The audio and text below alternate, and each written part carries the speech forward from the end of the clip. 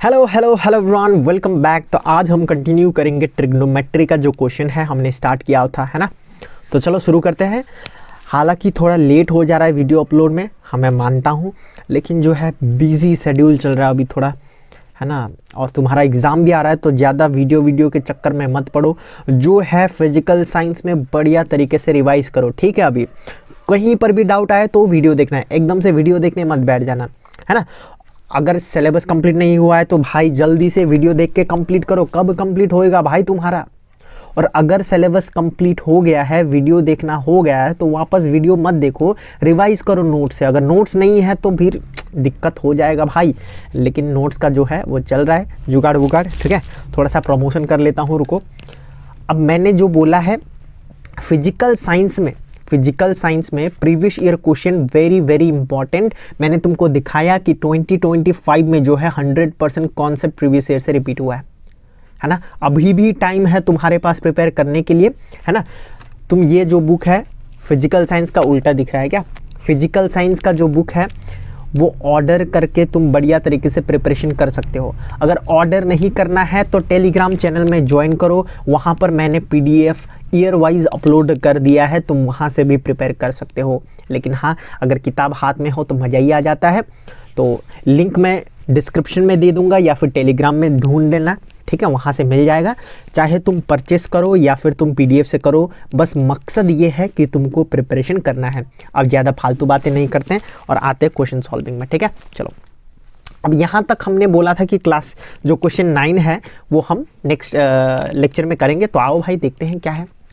तो देखो ये क्वेश्चन में क्या है ना, यहाँ पर बोला है the value of 10a is always greater than 1। ऐसा होता है क्या? तो इसके लिए ना एक कॉन्सेप्ट यूज करना पड़ेगा, वो है एक तरफ ट्रू लिखो, एक तरफ फॉल्स, उसके बाद अक्कड़ बक्कड़ बम्बे ए भाई किस चक्कर में पड़े हो? देखो लॉजिक लगाओ इसमें से। कौन सा लॉजिक लगाए? हमारे तो दिमाग ही नहीं है, एकदम टॉपर ब्रेन है अपन का पास, टॉपर नहीं है। तो देखो यहाँ पे तुमको फॉर्मूला लगाना है वो वाला, याद है क्या?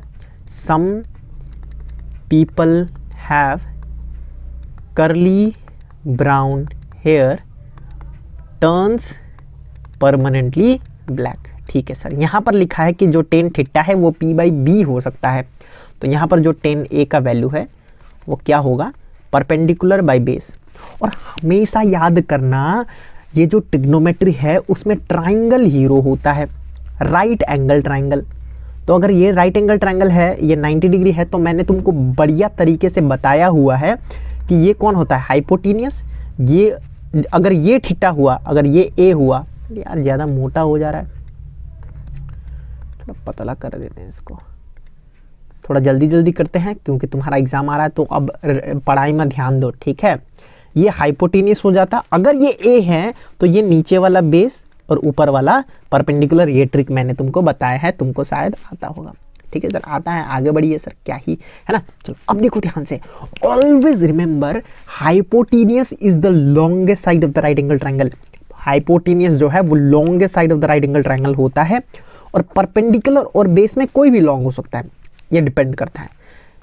चाहे वो, अरे यार ये क्या हो जा रहा है, चाहे वो ऐसे हो सकता है या फिर ऐसे हो सकता है, ठीक है। ये हाइपो, ये बेस, ये परपेंडिकुलर, ये हाइपो, ये बेस, ये परपेंडिकुलर। क्या तुम देख रहे हो? परपेंडिकुलर और बेस में कोई भी बड़ा छोटा हो सकता है, लेकिन एक चीज कंफर्म है, एक चीज फिक्स है कि hypo is always the longest one. Hello, हाँ sir, hypo is always the longest one.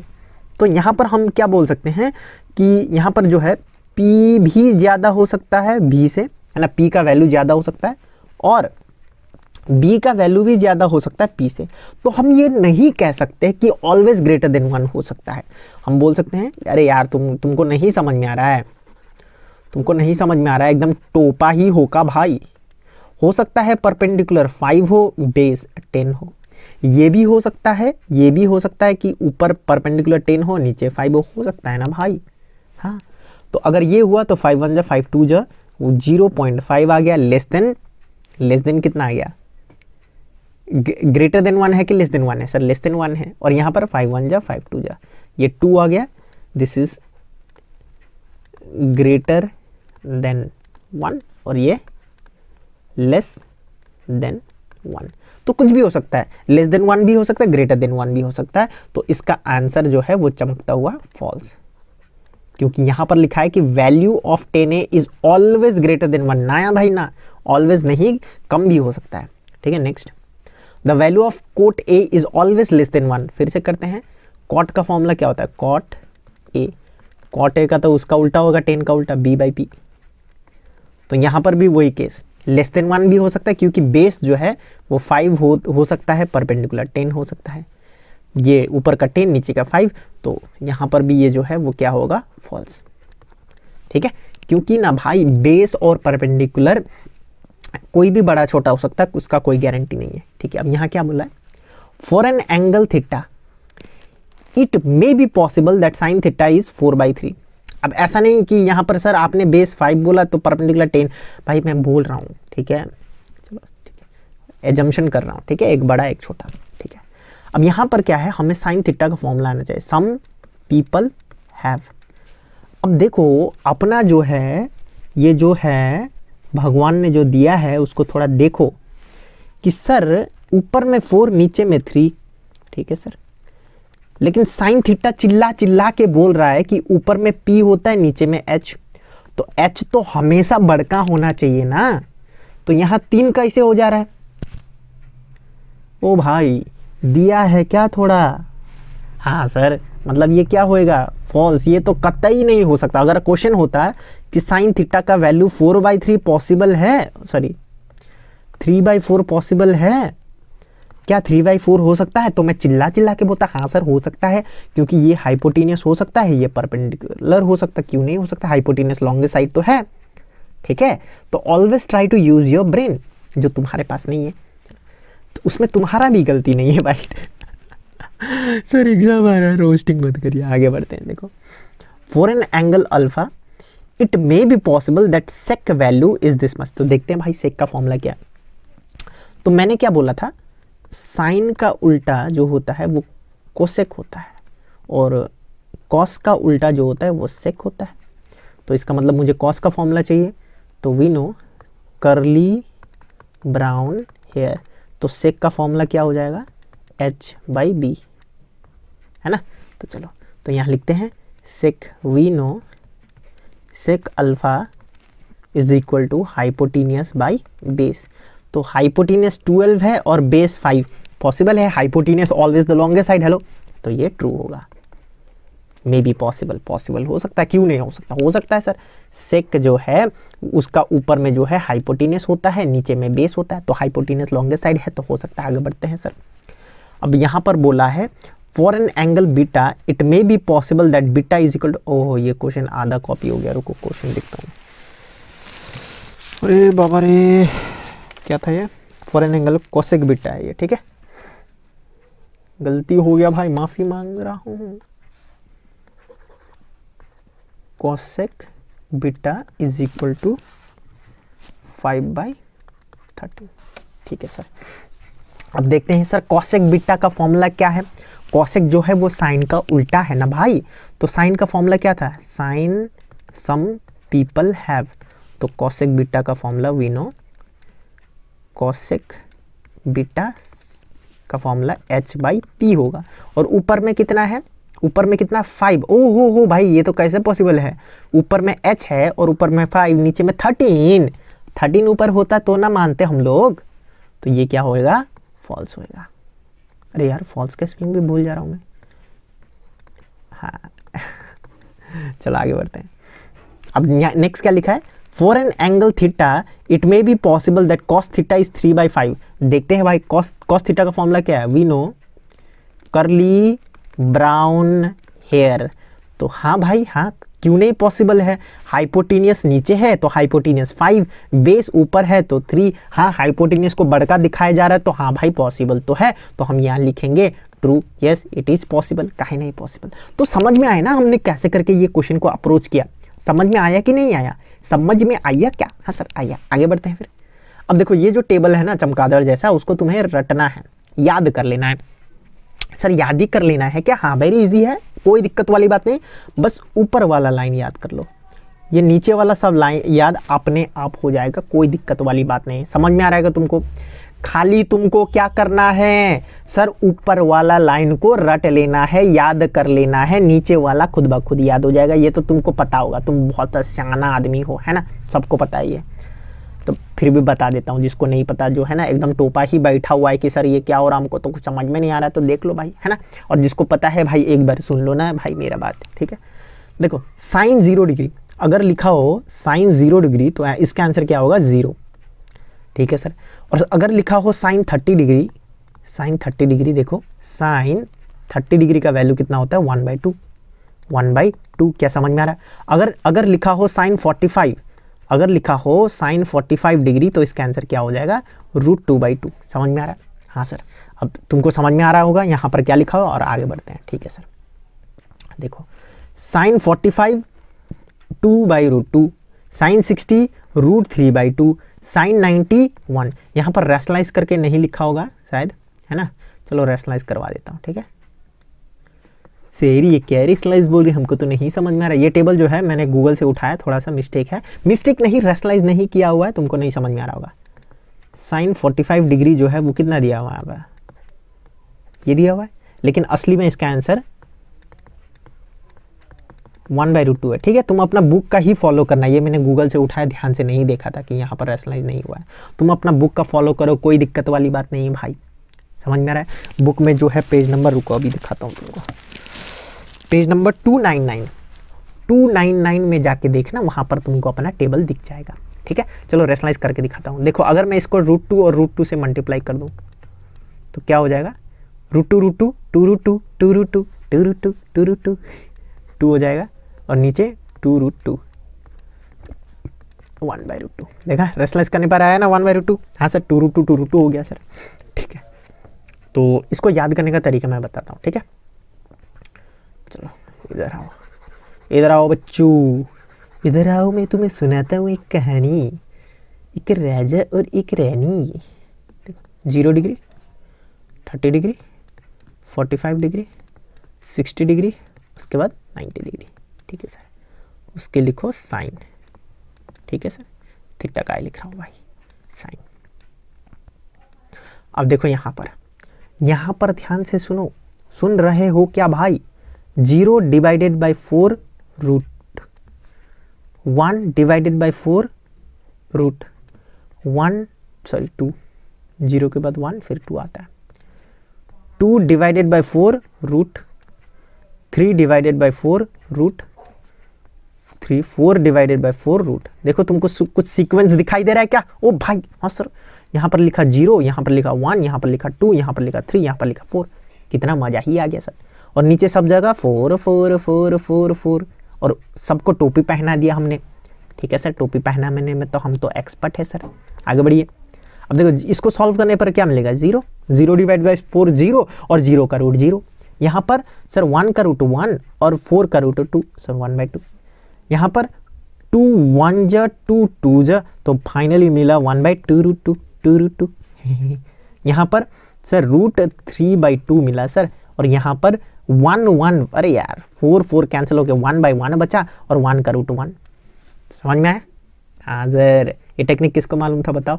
मुझे मालूम है, तुम सबको मालूम ही होगा, क्योंकि आजकल तो सब लोग साना बन गए हैं, है। चलो कॉस थीटा को देखते हैं। कॉस 0 जस्ट उल्टा कर देना, ये जो नीचे इधर में जो बैठा है ना भाई, उसको इधर लेके लिख दो 1, और इधर √3/2, ये तो यहीं आएगा, और ये जस्ट ये 0 इधर। समझ में, अक्षय कुमार का याद है। हाँ सर, और उसके बाद बचा tan थीटा। अरे यार ये फॉर्मूला याद है क्या तुमको, कि जो सर tan थीटा होता है ना, वो साइन थीटा बटे कॉस थीटा होता है सर, साइन थीटा बटे कॉस थीटा। अरे यार बोलो भाई मेरे साथ बोलो, साइन थीटा बटे कॉस थीटा।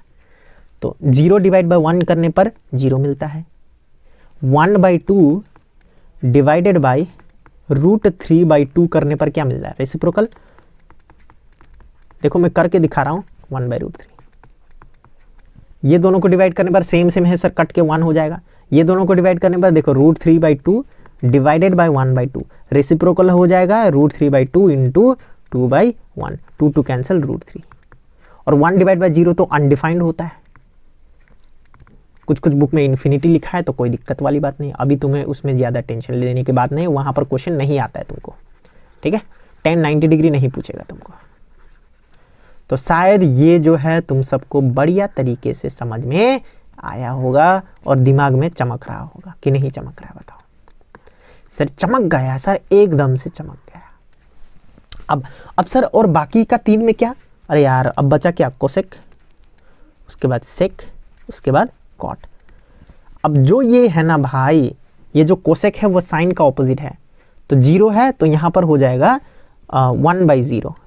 ये 1/2 है तो इसका ऑपोजिट 2/1 हो जाएगा, इसका ऑपोजिट √2/1 हो जाएगा, इसका ऑपोजिट 2/√3 हो जाएगा। साइन का ऑपोजिट, साइन का ऑपोजिट, और ये 1 है तो 1/1 1/1 तो 1 ही होता है सर, कोई दिक्कत नहीं, समझ आ रहा है।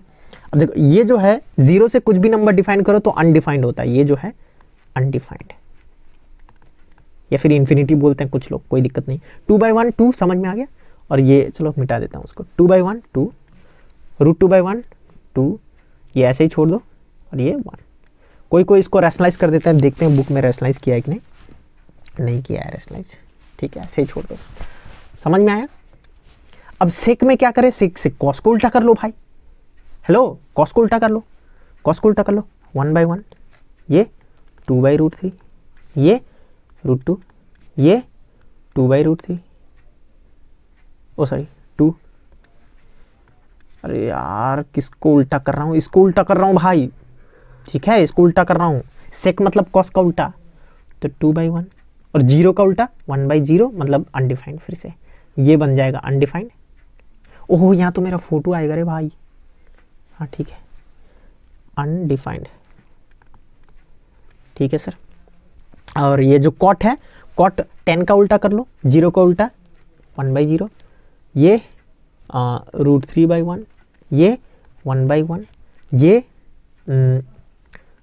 1/√3, ये अनडिफाइंड मतलब क्या होता है, अनडिफाइंड मतलब 1/0 होता है, अनडिफाइंड मतलब 1/0, इसका रेसिप्रोकल करने पर क्या हो जाता है 0/1, तो 0 बन जाएगा फाइनली, ठीक है।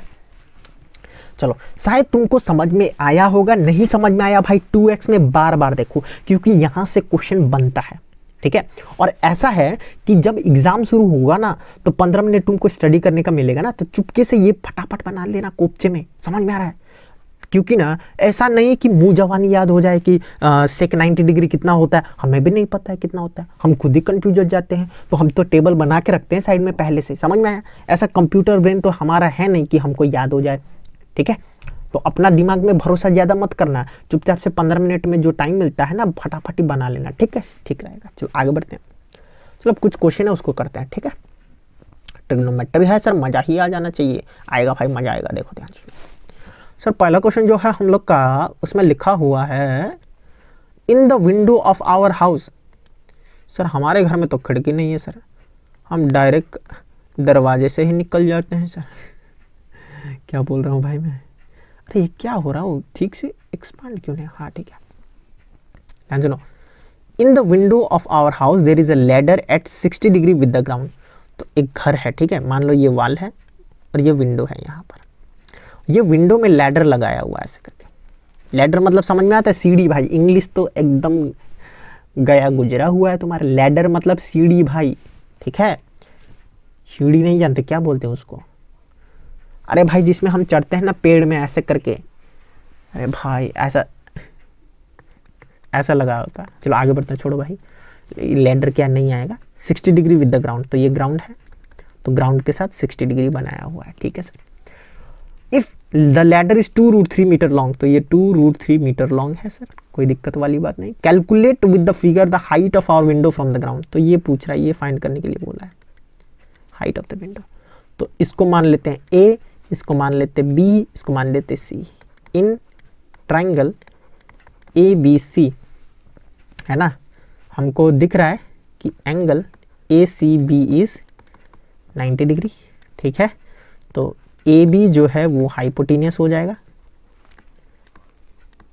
हाइपोटेनियस जो कि 2√3 मीटर लॉन्ग है। उसके बाद हमको बोला है हाइट मतलब ए सी, इसको बोलते हैं परपेंडिकुलर,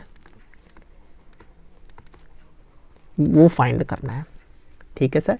तो देखो यहाँ पर खेला किसके बीच में हो रहा है वो देखो, तुम चुपचाप से ज़्यादा दिमाग मत लगाओ, खेला किसके बीच में हो रहा है। सर हमको ये दिया हुआ है और ये फाइंड करने के लिए बोल रहा है, तो खेला हाइपोटेनियस एंड परपेंडिकुलर के बीच में हो रहा है। वो समझ में आ रहा है कि तुमको? हाँ सर, खेला हाइपोटेनियस और परपेंडिकुलर के बीच में हो रहा है। तो फटाफट फॉर्मूला लिखते हैं, some people have curly brown hair turns permanently black. तो देखो कुंचे फॉर्मूला में, कौन सा फॉर्मूला में खेला हो रहा है हाइपोटेनियस एंड परपेंडिकुलर का, हाइपोटेनियस एंड परपेंडिकुलर का ये वाला सर। तो चुपचाप से वही फॉर्मूला लगाते हैं। तो फॉर्मूला है साइन थीटा, वीनो लिखते हैं, वीनो तुमको पता हो ना हो वीनो तो लिखना पड़ेगा ना, वीनो परपेंडिकुलर बाई हाइपोटेनियस। तो साइन थीटा कितना है 60 degree, sine 60 degree is equal to perpendicular मतलब AC और हाइपोटेनियस मतलब AB। ठीक है सर। अब साइन 60 का वैल्यू कितना है वो फटाफट टेबल में देखो सर। यहाँ पर जो है साइन 60 है सर, साइन 60 का वैल्यू √3/2 है, √3/2 है सर, √3/2 है। तो साइन 60 में जो है हम लोग √3/2 लगाएंगे और AC का वैल्यू कितना है 2√3 है सर। और नहीं ये तो फाइंड करना है, AC तो फाइंड करना है, AB कितना है 2√3। तो AC जो हो जाएगा वो हो जाएगा 3 × 2√3/2 क्या √3। तो ये 2 कैंसिल, √3 × √3 3, तो AC जो हो वो हो जाएगा 3 मीटर। आंसर। क्या तुमको ये समझ में आया? बताओ भाई, क्या तुमको ये समझ में आ रहा है? कितना सिंपल लॉजिक है। तुमको बस जो बोला हुआ है वो डायग्राम बनाना है। सर क्या डायग्राम है देखिए एक बार फटाफट से। 2√3 हाइपोटेनियस यहाँ पर खुल्लम खुल्ला बोला हुआ है और हमको बोला है कि हाइट कैलकुलेट करो। मतलब यहाँ पर खेला किसके बीच में हो रहा है, हर हाइपोटेनियस और परपेंडिकुलर के बीच में। तो हाइपोटेनियस और परपेंडिकुलर के बीच में साइन थीटा का फॉर्मूला परफेक्ट फिट बैठता है। तो sine theta is equal to perpendicular by hypotenuse. तो साइन 60 दिया हुआ है और परपेंडिकुलर ऊपर में AC और नीचे में हाइपोटेनियस 2√3।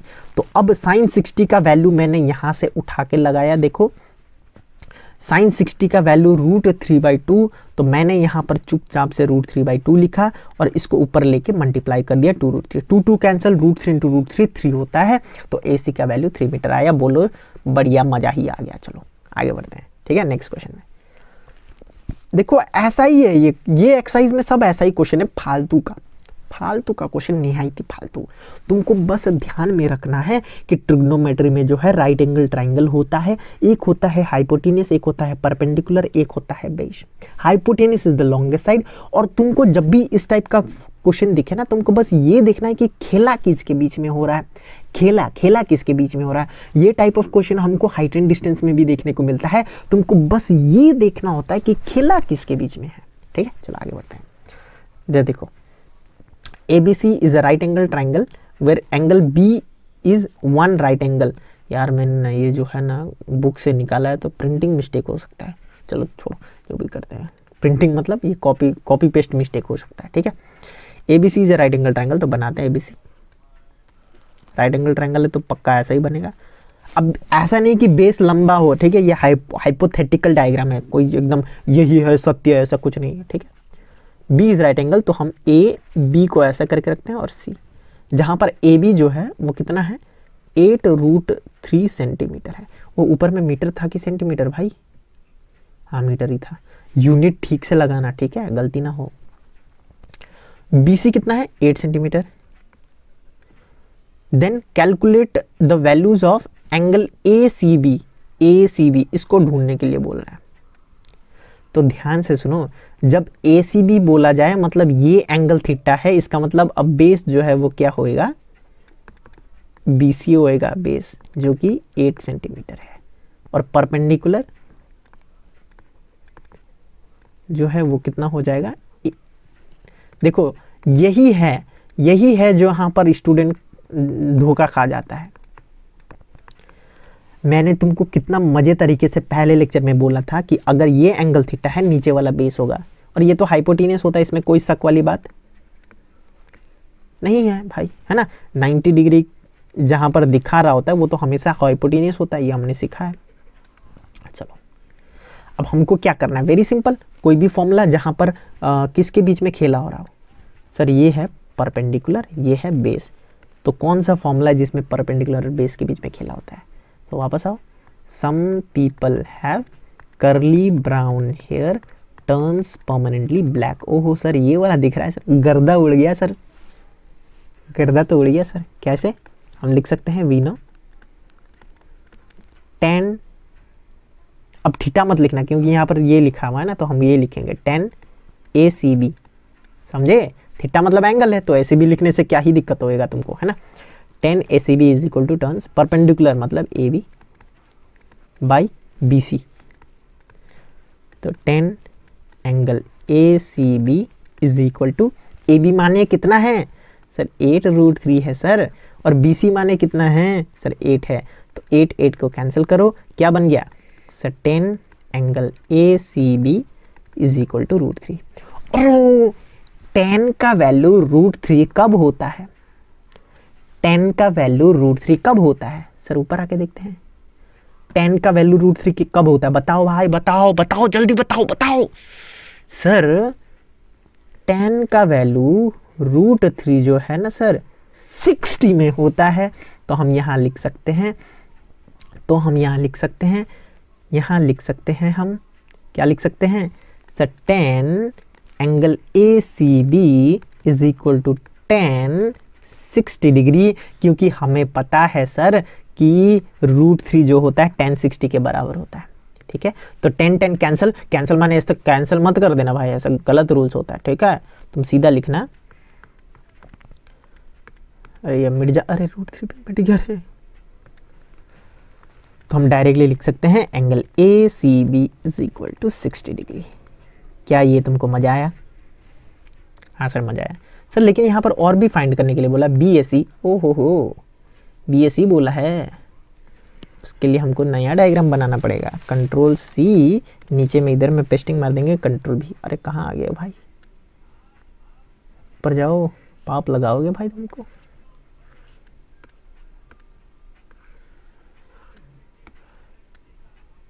यार पूरा जाओ ना भाई,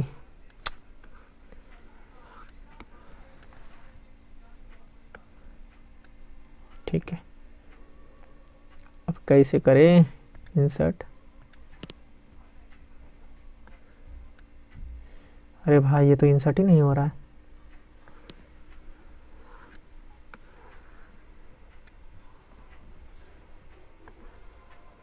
सर आप तो इधर उधर करते रहते हैं, अरे सॉरी भाई, टाइम वेस्ट हो गया तुम्हारा, हो सके तो कट लगा दूंगा। ध्यान सुनो, अब हमको क्या बोल रहा है, BAC फाइंड करने के लिए बोल रहा है, तो BAC, अब ये हो गया एंगल, समझे। और जब ये एंगल हो जाता है ना भाई, अब ये हो जाएगा बेस, ये हो जाएगा परपेंडिकुलर। अब तुम्हारा दिमाग चमका होगा, एंगल डिसाइड करता है कि कौन सा परपेंडिकुलर होएगा और कौन सा बेस होएगा, है ना मजेदार बात। हाँ सर मजेदार तो है सर। अब देखो, अब ये एंगल है, तो हमको क्या लिखना पड़ेगा कि AB जो है वो क्या है, चलो बेस, बेस जो है वो क्या है AB, जो कि कितना है भाई, AB कितना है भाई, 8√3, 8√3 हो सके तो सही हो भाई, AB हाँ 8√3। और जो परपेंडिकुलर है, जो परपेंडिकुलर है वो हो जाएगा BC, जो कि है 8 सेंटीमीटर, सेंटीमीटर ही है ना भाई, हाँ होगा भाई सेंटीमीटर ही होगा। चलो अब फिर लिखेंगे वी नो, फिर खेला किसके बीच में हो रहा है, बेस और परपेंडिकुलर, तो फॉर्मूला में कोई चेंज नहीं होएगा, तो वी नो tan, अब एंगल ये लिखेंगे कैसे करके, BAC, B angle BAC turns perpendicular, perpendicular मतलब BC बाई बेस AB, तो tan angle BAC is equal to, BC कितना होता है सर 8 और AB 8√3, तो 8 कैंसिल हो गया, अब क्या बचा, tan angle BAC is equal to 1/√3। अब याद करो, यहाँ 60 था तो वो 30 होएगा, तो देखो tan, ओह ये तो गलत है, इधर दिखा देते हैं, tan 1/√3 कब हुआ, गलत नहीं है, सही है, रैशनलाइज नहीं किया हुआ है बस, ठीक है। मेरा देखने का तरीका दूसरा है, उधर उसका देखने का तरीका दूसरा है, लेकिन दोनों सही है, ठीक है। चलो 10 1/√3, 10 1/√3 माने 30 डिग्री, समझे? कहाँ गया भाई वो क्वेश्चन? तो यहाँ पर लिखेंगे 10 angle B A C is equal to, यहाँ तो मेरा फोटो होगा, 10 30 डिग्री, तो एंगल बी ए सी जो है वो हो जाएगा 30 degree. I think you guys are understanding it very very clearly, है ना। बहुत ही मज़ेदार तरीके से सिखा रहा हूँ तुमको, चाहे तुमको समझ में आ रहा है, ठीक है। चलो नेक्स्ट क्वेश्चन देखते हैं। In a right angle triangle A B C, तो राइट एंगल ट्रायंगल बना लेते ना भाई, बना लीजिए सर। तो भाई right angle triangle B 90 degree है, तो ये वाला बी होएगा, और ये वाला ए, कोई भी ए लिख लो, कोई भी सी लिख लो। Okay, angle A is 30 degree, ये 30 डिग्री दिया हुआ है, ठीक है सर। ए सी कितना है? 20 centimetre. Let us determine the length of B C to side. ओहो, ये गलती हो गया, ए बी होगा शायद, यहाँ पर मिस हो गया ना, कॉपी पेस्ट किया तो गलती हो गया। अरे यार यहाँ लिखा हुआ है ना साफ साफ, determine the length of two sides, तो बचा टू साइड्स कौन सा है? ए बी, बी सी ये वाला, और ए बी ये वाला। एक एक करके करते हैं, ठीक है। अब देखो देखो ध्यान सुनो, पहले लिखते हैं गिवन। गिवन क्या गिवन है? ए सी। गिवन हाइपोटेन्यूस ए सी कितना है? 20 सेंटीमीटर। अब कोई एक फाइंड करते हैं, पहले कोई भी एक फाइंड करते हैं। चलो अब देखो, ये एंगल दिया हुआ है ना, ये एंगल दिया हुआ है, तो ऑटोमेटिकली ये क्या बन जाता है? बेस, और ये क्या बन जाता है? परपेंडिकुलर। ये मत भूलना भाई, अगर ये गलती हुआ तुम्हारे से तो गया तुम तो गए भाई। तुमको ध्यान से देखो, यहाँ पर बढ़िया तरीके से दिया हुआ है कि ये ए है, काला का है, लाल ही कर दे क्या इसको? ये एंगल 30 है, तो ये बेस होगा, ये perpendicular, always remember, always. Okay sir, तो बेस कितना है? बेस जो है वो है ए बी, ठीक है। और परपेंडिकुलर कितना है? बी सी, ठीक है सर, ठीक है सर। अब कोई भी एक फॉर्मूला यूज करते हैं जहां पर खेला हो रहा हो ये दोनों के बीच में, हाइपोटेन्यूस एंड बेस। अगर हम कोई भी एक फॉर्मूला यूज कर ले जहां पर हाइपोटेन्यूस एंड बेस का खेला हो रहा है, तो हमको बेस मिल जाएगा। सर कैसे? देखो, वी नो। चलो पहले फॉर्मूला लिख लेते हैं। Some people have curly brown hair turns permanently black। तो हाइपोटेन्यूस एंड बेस के बीच में खेला कहाँ हो रहा है? सर कॉस में हो रहा है सर, कॉस में हो रहा है सर। तो लिखते हैं we know cos, angle A दिया हुआ है ना, एंगल ए 30, तो कॉस ए लिख देंगे, थीटा नहीं लिखना है, क्वेश्चन के हिसाब से देखना है तुमको। Cos A is equal to base by hypotenuse, ठीक है सर। तो कॉस 30 डिग्री, क्योंकि ए का वैल्यू 30 है, इज इक्वल टू बेस कितना है सर? बेस तो ए बी है सर, हाइपोटेन्यूस 20। अब कॉस 30 का वैल्यू कितना है सर? कॉस 30 का वैल्यू देखिए जरा कॉस 30 का वैल्यू बताओ कितना है भाई? टेबल दिखना आते तुमको? हाँ सर, यहाँ पर कॉस लिखा हुआ है, यहाँ पर 30 लिखा हुआ है, और यहाँ पर लिखा है √3/2। देखो मैं काहे दिखा रहा हूँ तुमको पता है? बहुत लोगों को टेबल देखना नहीं आता। इट्स अ फैक्ट भाई, टेबल देखना नहीं आता। मैंने देखा है क्लास में, वो ढूंढते सर टेबल तो दिया हुआ मज़ेदार टेबल है, लेकिन क्या दिया हुआ है सर? समझ में आ रहा है? देखो कॉस सीधा जाना है √3/2 ऊपर 30, मतलब कॉस 30 का वैल्यू कितना है? √3/2। कॉस 30 का वैल्यू कितना है? √3/2। समझ में आ रहा है क्या? हाँ सर, तो √3/2 लगा देते हैं। कॉस 30 का वैल्यू कितना है? √3/2 इज इक्वल टू AB/20। तो AB का वैल्यू निकाल सकते हो क्या? निकाल देंगे सर, आप बोलते हैं तो निकाल देते हैं सर। 10√3 सर, 10√3 मीटर है या सेंटीमीटर? सेंटीमीटर। AB का वैल्यू मिल गया सर, मजे करे सर, AB का वैल्यू मिल गया, AB का वैल्यू मिल गया। चलो नेक्स्ट, अब फिर से खेला करते हैं हाइपोटेन्यूस एंड परपेंडिकुलर में। तो देखो कौन सा फॉर्मूला जहां पर हाइपोटेन्यूस एंड परपेंडिकुलर खेला हो रहा है? साइन लिखेंगे we know sine A is equal to some people perpendicular by hypotenuse. अरे भाई दिमाग खराब हो गया। चलो साइन ए मतलब क्या है भाई? सर साइन ए का value sine 30 sir, sine 30 is equal to perpendicular कितना है सर? सर परपेंडिकुलर तो BC है सर, और हाइपोटेनियस 20। ये हाइपोटेनियस नीचे का ही बैठ रहा है भाई हमेशा। और साइन 30 कितना है सर? साइन 30 मतलब सेकेंड से इधर तो 0 है ना, 1/2 सर, 1/2 है सर, BC/20। तो BC जो होता है तो 20/2 हो जाएगा। अरे मैथ्स आता है क्या इतना? 10। तो BC जो है वो हो जाएगा 10 सेंटीमीटर। 1/2 ही है ना, एक बार देख लेता हूँ भाई, मेरा कोई भरोसा नहीं, अभी मेरा दिमाग ख़राब चल रहा है। हाँ ठीक है, देखो साइन 30 1/2, ठीक है। चलो शायद तुम सबको बढ़िया तरीके से समझ में आ रहा होगा। अब ये देखते हैं लास्ट क्वेश्चन, ठीक है, और उसके बाद नेक्स्ट लेक्चर में करेंगे। देखो मोटा मोटी क्या है ना, अगर तुम समझ जाओ कि इसको कैसे करके हैंडल करना है तो आराम से कोई भी क्वेश्चन हैंडल कर ले जाओगे। नहीं हो रहा है तो टेलीग्राम में पूछो, इससे आगे जो है मैं फिर क्वेश्चन डालूंगा, है ना, और ट्राई करूंगा कि थोड़ा सा और डिफिकल्ट क्वेश्चन आ जाए। एक और टाइप ऑफ क्वेश्चन है, हाँ वो ख़त्म ही हो गया अब तो। एक और ऐसा टाइप का क्वेश्चन है जहाँ पर तुमको कुछ नहीं करना है, वैल्यू लगाना है, सॉल्व करना है। इसमें मत पूछना भाई मेरे को, ठीक है, कोई नहीं, 1-2 करके दे देता हूँ, ठीक है। वैल्यू लगाना है, आंसर निकालना है, क्या ही है इसमें। चलो ये वाला कर देता हूँ।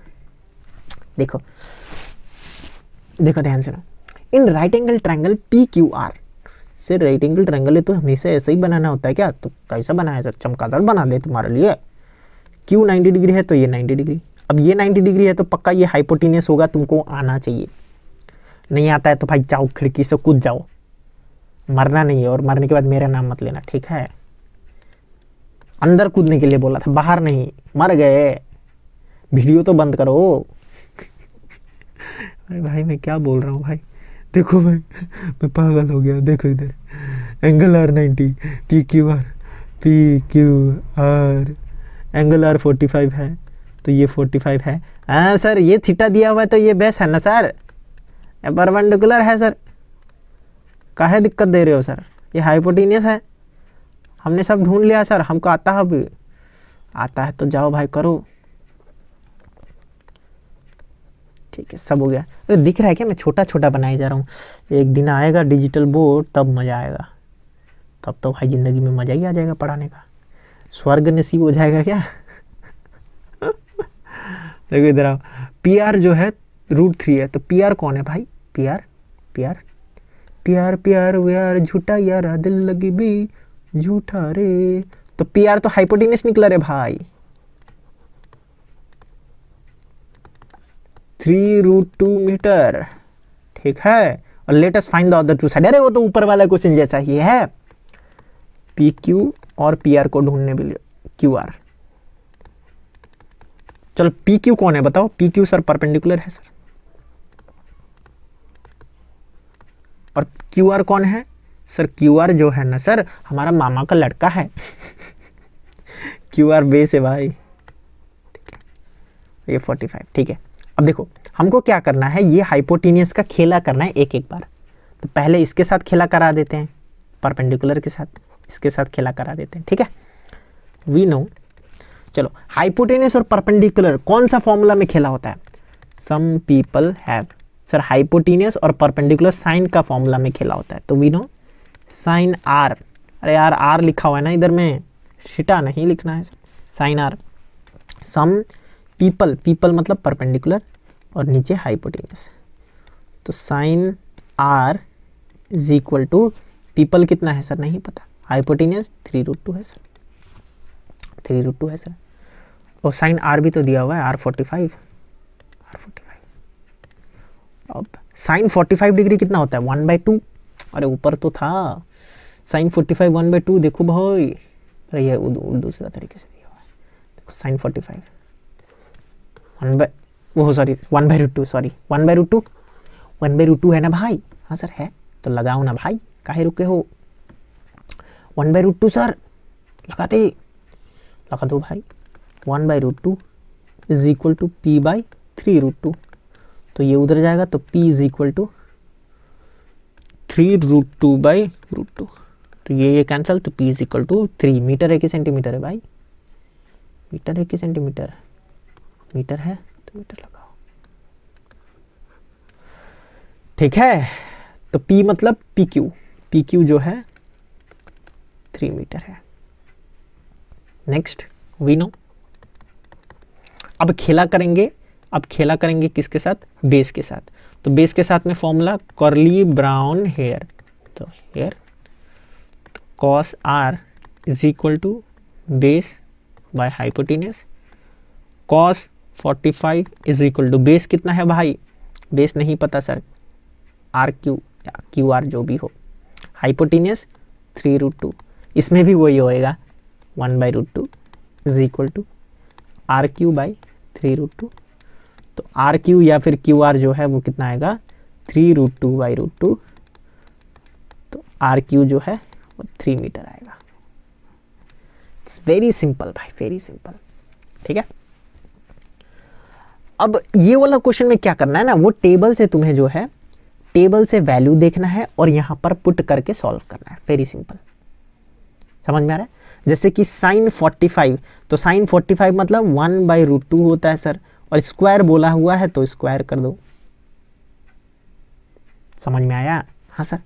अब cosec 60, सर cosec 60 बोला है, cosec 60 का तो हमें नहीं पता, sin 60 का तो आता है ना भाई। sin 60 कितना है? sin 60 जो है वो क्या है? √3/2 है ना। sin 60 √3/2, तो cosec 60 कितना होएगा? 2/√3 है ना। तो 2/√3 का स्क्वायर। तो ऐसे तुम्हें बस वैल्यू लगाना है और सॉल्व करना है।